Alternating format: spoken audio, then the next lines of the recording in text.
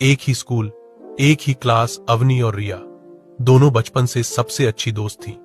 एक दूसरे के बिना दिन पूरा नहीं होता था। अवनी होशियार थी, हर चीज में आगे, पढ़ाई, खेल और सबका चहेता बनना तो उसके बाएं हाथ के खेल जैसा था। रिया हमेशा कहती, अवनी मेरी दोस्त होने के साथ साथ मेरी प्रेरणा है। पर धीरे धीरे रिया के दिमाग में जलन की भावना से जुड़े कुछ केमिकल चेंजेस हुए और इन परिवर्तनों ने उसके सोचने का तरीका बदल दिया, जिसके कारण बॉडी में हार्मोन वही थे पर उनका प्रभाव बदल चुका था। जलन के कारण डोपामाइन का प्रभाव बदला और जब भी अवनी को कोई इनाम या तारीफ मिलती, रिया के दिमाग में डोपामाइन का असंतुलन होता। वो भी इनाम चाहती थी, पर जब नहीं मिलता तो वही डोपामाइन हार्मोन इनाम की खुशी को तुलना में बदल देता। धीरे धीरे रिया की प्रेरणा अवनी के प्रति ईर्ष्या में गहराती गई, पर अवनी रिया के इन केमिकल चेंजेस से बिल्कुल अनजान थी। वो उसे दोस्त मानती। हर बार तुलना करते करते रिया के अंदर कोर्टिसोल के असर से तनाव बढ़ता गया। बॉडी जितना कोर्टिसोल रिलीज करती, उतना ही तनाव हार्मोन के कारण रिया में स्ट्रेस बढ़ता जाता। बढ़ते हुए कोर्टिसोल ने उसके शांत दिमाग को चिड़चिड़ा मोड में बदल दिया। अब हर छोटी बात उसे चुभने लगी और इसी बदलाव के चलते सेरोटोनिन की कमी हुई। अब ईर्ष्या के साथ आया कम आत्मसम्मान और दुख की भावना।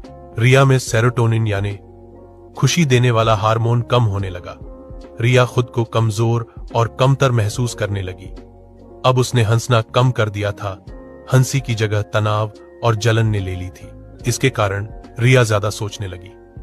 ऑक्सीटोसिन का उल्टा प्रभाव दिखने लगा।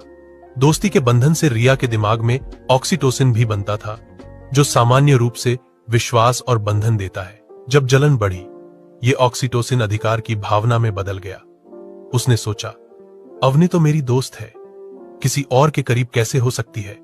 कोई और उसके बारे में अच्छी अच्छी बातें कैसे कर सकता है? और आखिरी में सोच बढ़ते बढ़ते टेस्टोस्टेरोन के स्पार्क से एक दिन क्लास में सबके सामने रिया ने गुस्से में आकर अवनी का मजाक उड़ा दिया। उसके बहुत भला बुरा कहा, उसके लुक्स और मार्क्स दोनों को बुरा बोला। यह वो मोमेंट था जब जेलसी ने अपना पीक छुआ। टेस्टोस्टेरोन और कोर्टिसोल ने मिलकर एंगर आउटबर्स्ट कर दिया। अवनी शॉक में थी। उसने बस इतना कहा, अब समझ आया रिया, तू दोस्त नहीं कंपटीशन थी, जो कभी मेरी खुशी में खुश ही नहीं हुई, बस कंपटीशन करती रही। अवनी बहुत निराश थी। उसने जिसे अपनी सबसे अच्छी दोस्त समझा, असल में वो उससे जलती थी। दोस्त होने का सिर्फ दिखावा करती रही। इसके बाद दोस्ती खत्म हुई। रिया के आंसुओं में अब अपराधबोध के साथ हाई कोर्टिसोल था और अवनी के अंदर दुख के साथ सेरोटोनिन में गिरावट।